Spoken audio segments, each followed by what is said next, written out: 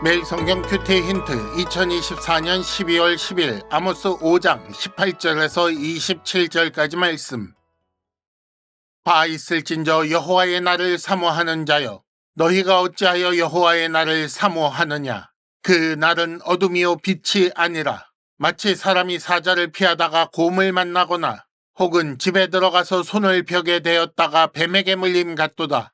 여호와의 날은 빛 없는 어둠이 아니며 빛남 없는 캄캄함이 아니냐. 내가 너희 절기들을 미워하여 멸시하며 너희 성회들을 기뻐하지 아니하나니 너희가 내게 번제나 소제를 드릴지라도 내가 받지 아니할 것이요 너희의 살긴 희생의 화목제도 내가 돌아보지 아니하리라. 네 노랫소리를 내 앞에서 그칠지어다. 네 비파소리도 내가 듣지 아니하리라.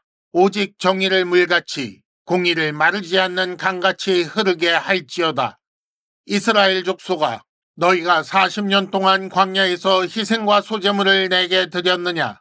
너희가 너희 왕 식굿과 기운과 너희 우상들과 너희가 너희를 위하여 만든 신들의 별 형상을 치고 가리라.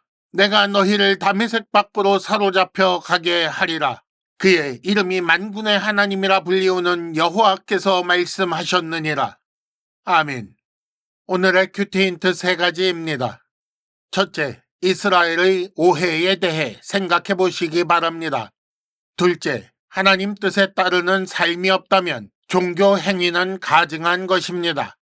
셋째, 우상이 짐이 되었을 때 무슨 생각을 하게 되겠습니까?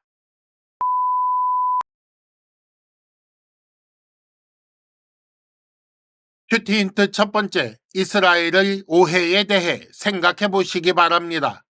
왜 이스라엘은 징계에도 불구하고 돌이키지 않았을까요? 징계를 징계라고 생각하지 않아서 그런 것입니다. 자기가 잘못한 것이 없다고 생각하니 징계가 아니라 그저 당하는 어려움이라고 생각한 것이지요.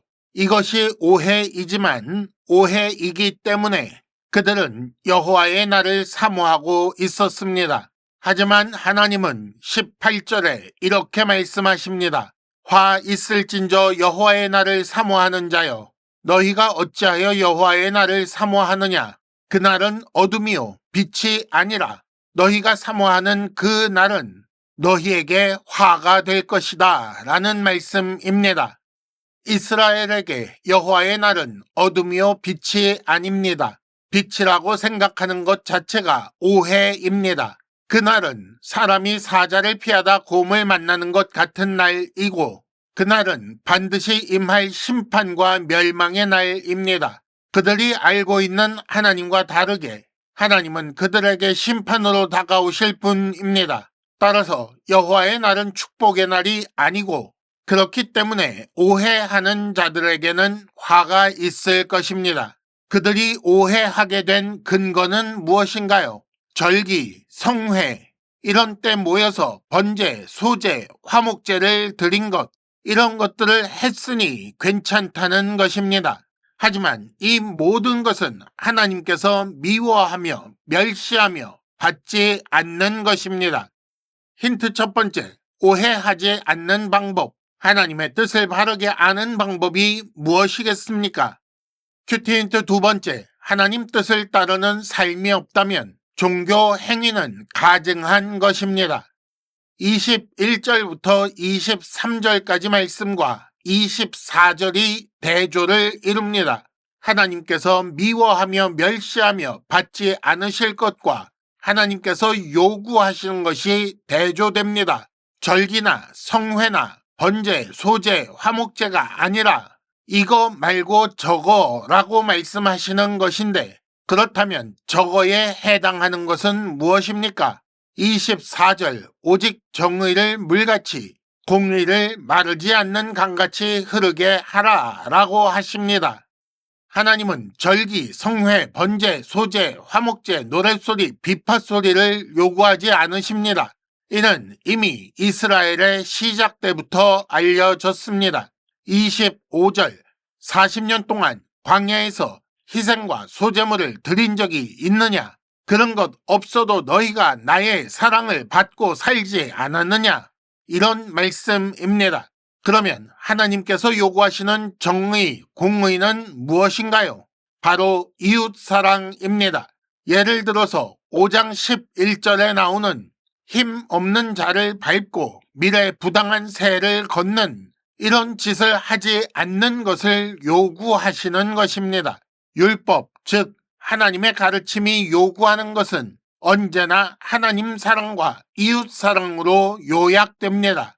그 기준에 어긋나거나 부족할 때 그 죄 문제를 해결하기 위해 있는 것이 번제나 소제 같은 것이었습니다. 그런데 번제, 소제 드렸으니 괜찮다. 이웃 사랑하지 않아도 상관없다. 이렇게 되니 하나님께서 번제나 소제를 미워하신다고 말씀하시는 것입니다. 힌트 두 번째, 주일에 1시간 예배 참석으로 하나님을 만족시키는 것이 아닙니다. 큐티 힌트 세 번째, 우상이 짐이 되었을 때 무슨 생각을 하게 되겠습니까? 26절에 너희가 너희 왕 식굿과 기운과 너희 우상들과 너희가 너희를 위하여 만든 신들의 별 형상을 지고 가리라 라고 하십니다. 하나님께서 이스라엘을 심판하사 다메섹 밖으로 사로잡혀 가게 하실 때 그들이 만들고 섬기던 각종 우상과 그 형상을 지고 가게 하신다는 것입니다. 의지하고 자랑하던 것들이 약속의 땅 바깥으로 쫓겨날 때는 무거운 짐이 된다는 거지요. 생각해 보십시오. 포로가 되어 노예처럼 끌려가고 있습니다. 빈 몸이어도 힘들고 자기 팔도 무거운 길에 섬기던 우상을 지고 가면서 무슨 생각을 하게 될까요?